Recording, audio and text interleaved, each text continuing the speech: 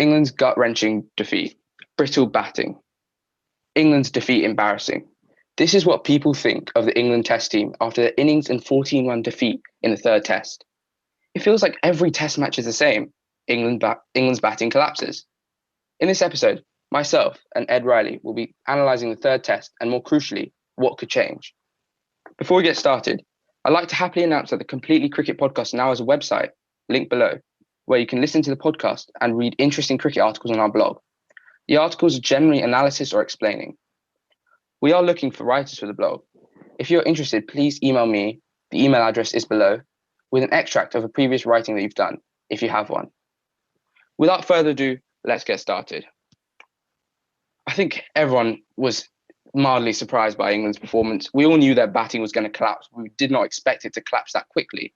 68 all out is not really reflective of the England team, the quality they have. Yet it seems pretty obvious. Like it happens so often that their batting collapses. Ed, what do you feel? How do you feel England's performance in the third Test went overall? Well, honestly, I think it was absolutely shocking because there was only two people in the whole of the lineup that got double figures. Those people were Joe Root and Ben Stokes. And the openers, they need to perform more because at the moment, I think Hamid's average is 10 and Crawley's is again low. Yeah, I agree. I just think generally there's just a feeling within the England team that they can't bat, even though we've seen all the players at some point in their Test careers or their first class careers perform really well. Like Zach Roddy scored 267 against Pakistan. Obviously, Pakistan and Australia are two completely different teams, but all these batsmen can bat. It's just it's a question of whether they can perform on the day. Um, let's not start with the misery. Let's just start with the bowling. How do you think the bowling went? Yeah, so I think the bowling was very good from England, especially Anderson and Mark Wood, because they were jumping out the way to Mark Wood and Anderson's figures you just cannot argue with. He's got 4 wickets with an economy of 1.43. That is amazing.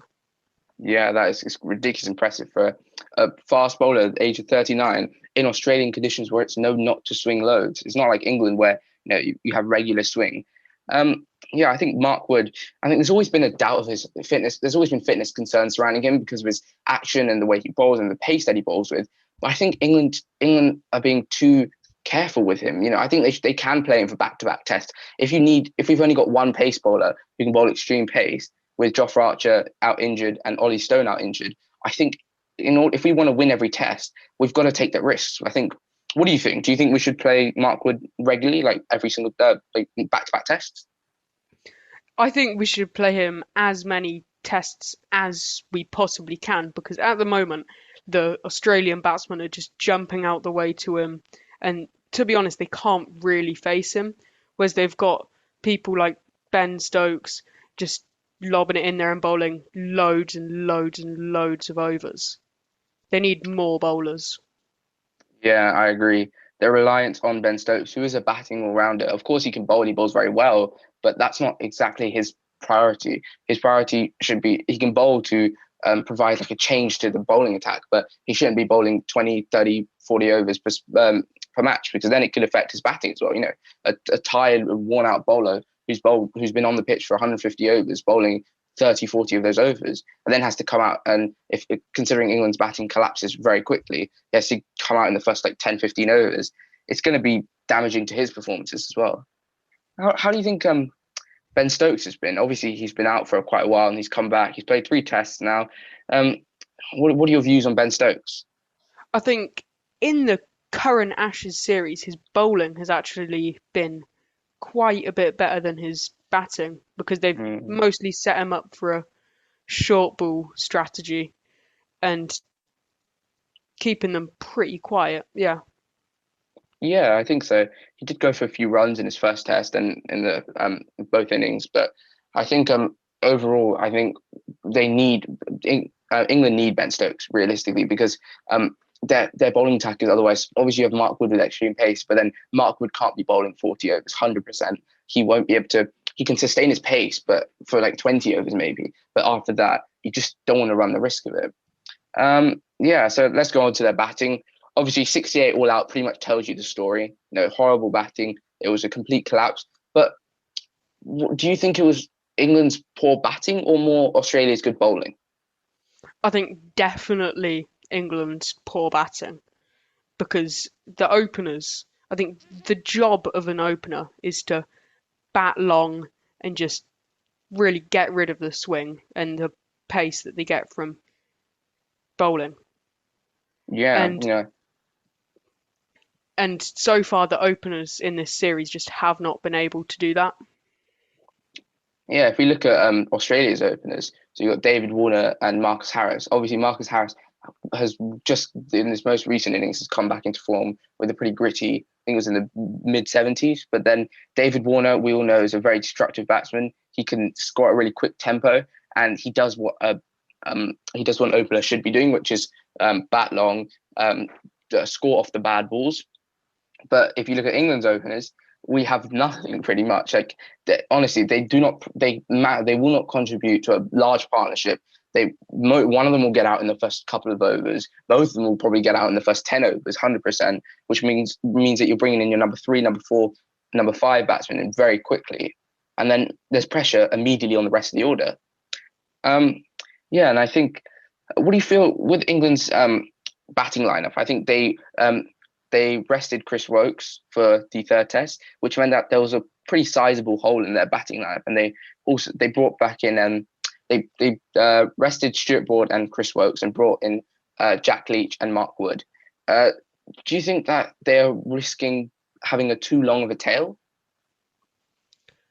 I don't think they are because again, Chris Woakes, he's got double the opener's average and he's batting at 8, but he can still bowl. And I think that is Mm, crucial for England to have. We need to have as many all rounders as we can. yeah. Without that, I think everyone, it's common knowledge that in Australia, if you put a big first inning total, that will do a long way to winning the test. So I think that England should be willing to sacrifice a little bit of their bowling potential as such, just to get more batsmen or to get more all rounders in. Because obviously Chris Woakes in the second test wasn't really that effective, but he wasn't bad. He didn't leak in loads of runs. He might not have taken as many wickets as liked, but he did the job, and there was not many other England bowlers are performing as well either. So yeah, for me, I think Chris Woakes should be one of the first members on the team list because his average is high. He's had only like 1 or 2 ducks this entire season, compared to like Rory Burns, who had 6 ducks, and Haseeb Hameed, who's had 4 ducks. So we know that Chris Woakes scores runs consistently. Yeah, so in terms of wicket keeping, Josh Buttler is the England's Test wicketkeeper. Johnny Bairstow was the wicketkeeper before Josh Buttler. Um, who do you pick? Because we know Josh Butler's had a bit up and down form recently, and Johnny Bairstow is a pretty consistent batsman. He may not score a lot of half centuries and centuries, but he regularly gets into like the 30s. Um, and Josh Buttler, however, has rarely been scoring. Has not been scoring runs at all. I think he's had like 1 outstanding innings, I think last year, a century. But apart from that, he's had like pretty low scores. Would you pick Johnny Bairstow in the team or Josh Buttler, and why? I think I would probably still pick Josh Buttler because he's had more match practice. But however, I think actually Folkes could be a good keeper because he's scored consistent runs when he did play Test match, I think last year or maybe even the year before. And yeah, he's good all round and he's one of the best wicket keepers in the world at the moment. Mm, yeah, that I think. Yeah, that we've always got to keep our England have to keep their options open. Like they've got some good players in the county circuit that aren't actually involved in the squad. Yeah, Ben Folkes. Yeah, keeping wise, yeah, he's 100% an amazing keeper. Uh, Batting wise though, he where would you put him to bat? Would you put him up like 5, 6, or more like 7, maybe 8? Yeah, I'd say 7 or 8. But the last match he played, he did score 40. but I think his average isn't actually that high. Yeah, we need consistency. That's pretty much it. We do need whatever whoever we pick. We need consistent players. That's why I think for me, if it was Johnny Bairstow or Josh Butler fighting for one position, I would go with Johnny Bairstow because Johnny Bairstow at least gives you some guarantee of scoring. His technique is good. He's a pretty solid batsman. Like he 100% scores in 30s. You could play him 5, 6, 7. I think he probably occupies 6 to me. Then so we know the openers just it's a bit of a muddle. You know, the people who could realistically open, you've got Zach Crawley, Haseeb Hameed, Rory Burns, Dom Sibley, and in my mind, Dawid Malan. So you've got 5 people who could be fighting for those 2 opener spots. The issue with it's a bit ridiculous because Dawid Malan, I think he's good at 3. He scores runs. We can keep it at 3. If we just focus on the other 4, none of them are in form. None of them have scored any significant runs recently. So who would you pick out those for your 2 openers for the next test? I think I would definitely pick Zach Crawley just because he looks solid compared to Hameed and Burns. And then again, Milan, you can't argue. He's a good player.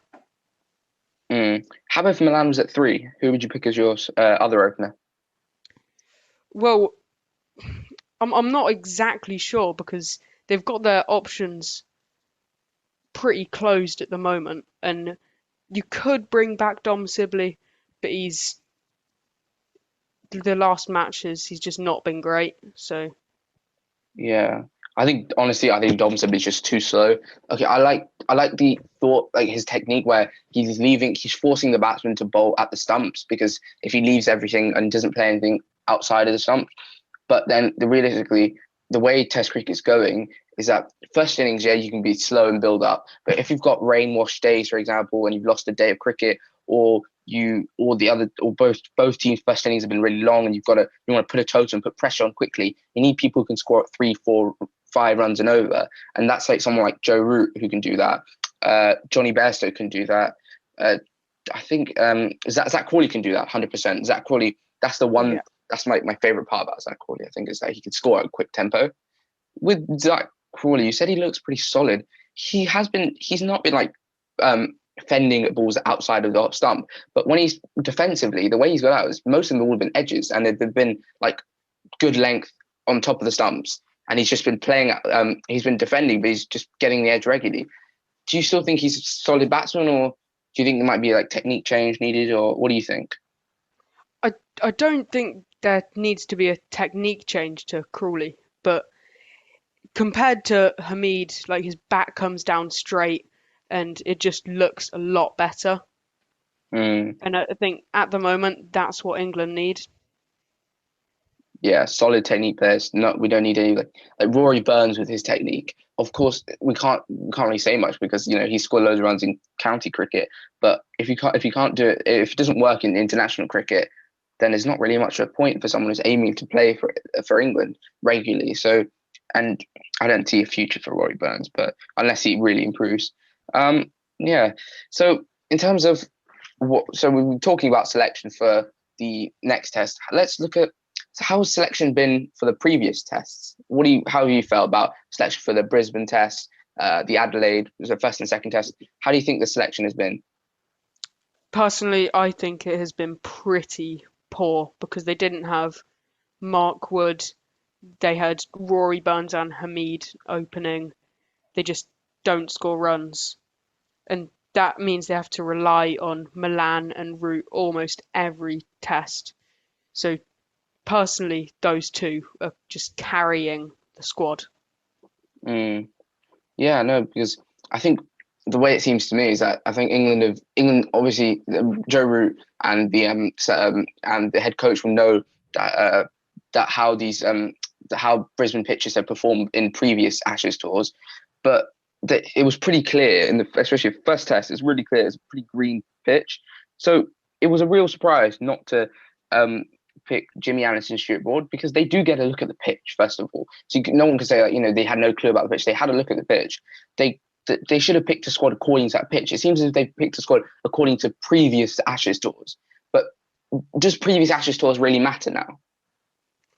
Well, I don't think it does actually, because they did well, they're not doing well, they just need to have a complete change, look at the pitch and pick who is best suited for that pitch.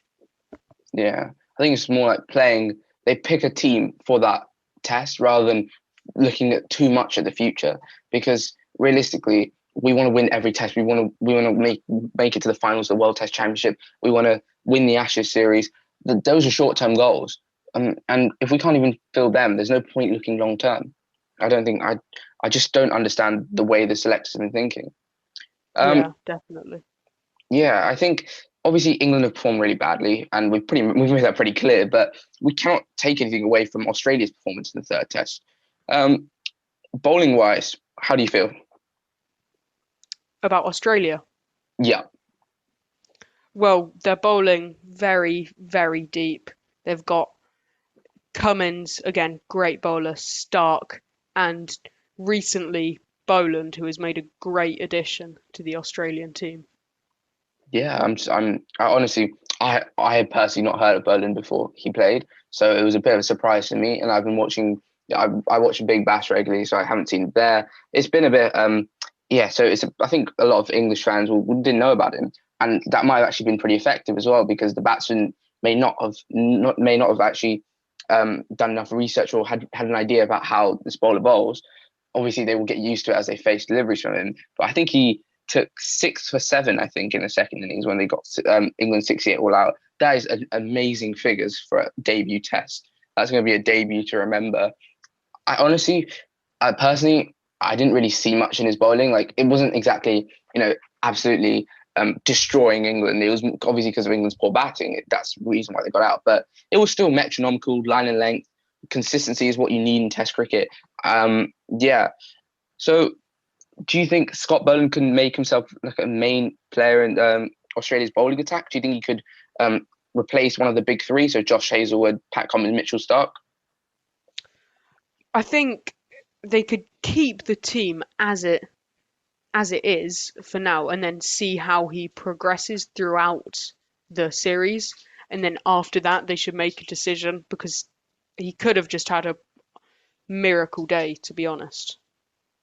Yeah, yeah. Because if they were to replace one of Josh Hazlewood, Pat Cummins, and Mitchell Stark, who do you think he would replace, and who do you think his bowling is similar to? I think they'll probably have to replace Hazelwood because they're jumping out the way of Cummins and Mitchell Stark is just bowling's amazing and he's also left arm which can make a real influence on the batsman. Um, I think he bowls quite a bit like Hazelwood. He's not that quick, but he does stuff and somehow it gets the England batsman out. Yeah, yeah. It's a bit mysterious to be fair. Like I don't exactly know what aspect. Obviously, with Mitchell Stark, you can see a clear swing and his pace. Same with Pat Cummins as well, is pretty pacey bowler. But yeah, I think Josh Hazlewood and him are pretty similar. They can bowl many overs. They'll keep going on. They're just very metronomical. So I think he's a good addition to a team, and it just shows how much um, Australia's bowling depth has increased recently, and how much of a talent they have in their squad. Um, yeah, batting wise, I just I don't think it was many. It was not an impressive performance this test. It wasn't like extremely stunning, but it was just poor batting from England. What do you think? I think the bowling has from England has been good, but the batting from Australia has just gone above and beyond, especially from Harris and Warner. Yeah, I think he Warner scored something like 38 or 40 balls, straight away putting pressure on the England bowlers. That's nearly a runner ball, and in a Test match situation, especially at the start, most of the time Test matches at the start of an innings are going to be pretty slow. 1 or 2 runs and over. With David Warner scoring at nearly 6 runs and over, I think that's immediately putting pressure on the England bowlers. But they did come back, didn't they? They did. They did. England bowlers did pretty well after that. After they got him out. Yeah, Yeah, I think they did pretty. I think they did pretty well. Um, Yeah, so overall, Australia were just a better team, better batting wise. They didn't do a lot better. Obviously, Marcus Harris's inning was impressive considering he's been in quite bad form. We've seen that he's sort of he's playing himself into form, and it's impressive for Australia to keep, faith in him after all these tests, and he's starting to perform. David Warner, well done. But then it was Marnus Labuschagne and Steve Smith's wicket that sort of turned into England's favour, and then Travis Head as well, who's been in good form. England got his wicket quickly. Then I think it was a partnership between Carey and Cameron Green that just sort of slowed it down a bit. But in the end, good performance of England's bowlers. Australia pretty well batted, and then it's just horrible batting from England and well bowled from Australia. The real surprising thing, I think everyone expected when Root and Stokes came to bat on the third day of the third test, that they would put some partnership and at least England would score something around at least 100 to provide Australia 100 at least to chase. But the fact that they didn't even get past Australia's, they didn't even get the pass, didn't even give Australia a target to chase was just shocking. It's actually ridiculous. Australia scored something like the mid 200s, and yet England can't even chase that in 2 innings. It's a bit shocking. Yeah. Yeah. So, what do you feel? Do you think there's hope for the next test? Well, England have lost the Ashes, Yeah. so you can't really win it. But there could be some impressive performances, and I think because since they've already lost the Ashes, they should try and test out a new team to see if it works against the Australian bowling attack. Yeah. It's really hard because you can't really. You can blame the players. Obviously, they will take most responsibility.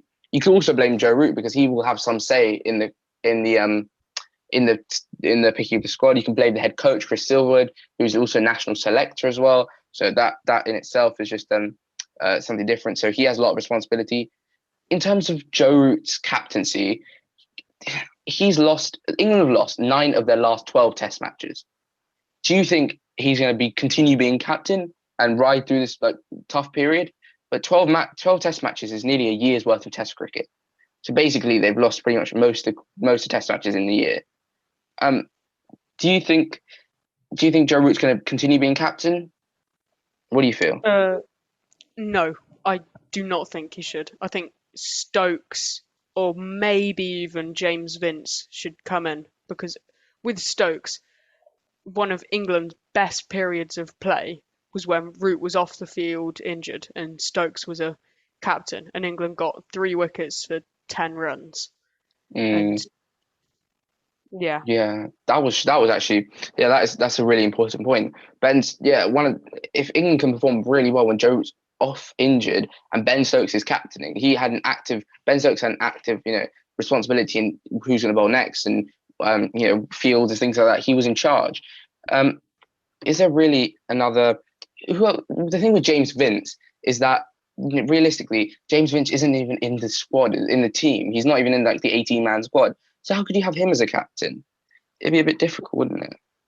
well, he captains Hampshire, and he in the 100 his team won it whilst he was captain. So he's clearly got some ability as a captain, and also James Vince could fill a position as an opener in the squad.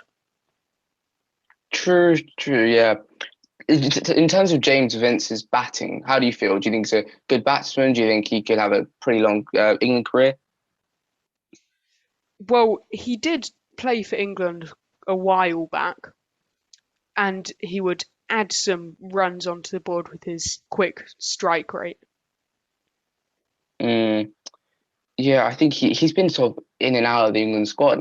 I like his batting style. He scored. You're right. He scored a good run rate, but the issue is that he's struggled to convert his starts into big scores, and that's okay in ODI and in T20 cricket and ODI cricket. It's not exactly as important because you've got 50 overs and 300 is a score. It's okay if you don't get 100. If you get like 60, 70, it's fine. But in Test cricket, where you want to be aiming for minimum 300 first inning scores and like bare minimum is 300, you want to be aiming for like 350, 400.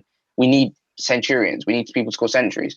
So if England can't do that, if James Vince can't do that, then do you think he has a chance of being in the England team? It would be a bit dangerous to put someone who's not even in the team at the moment as a captain. Would you not think?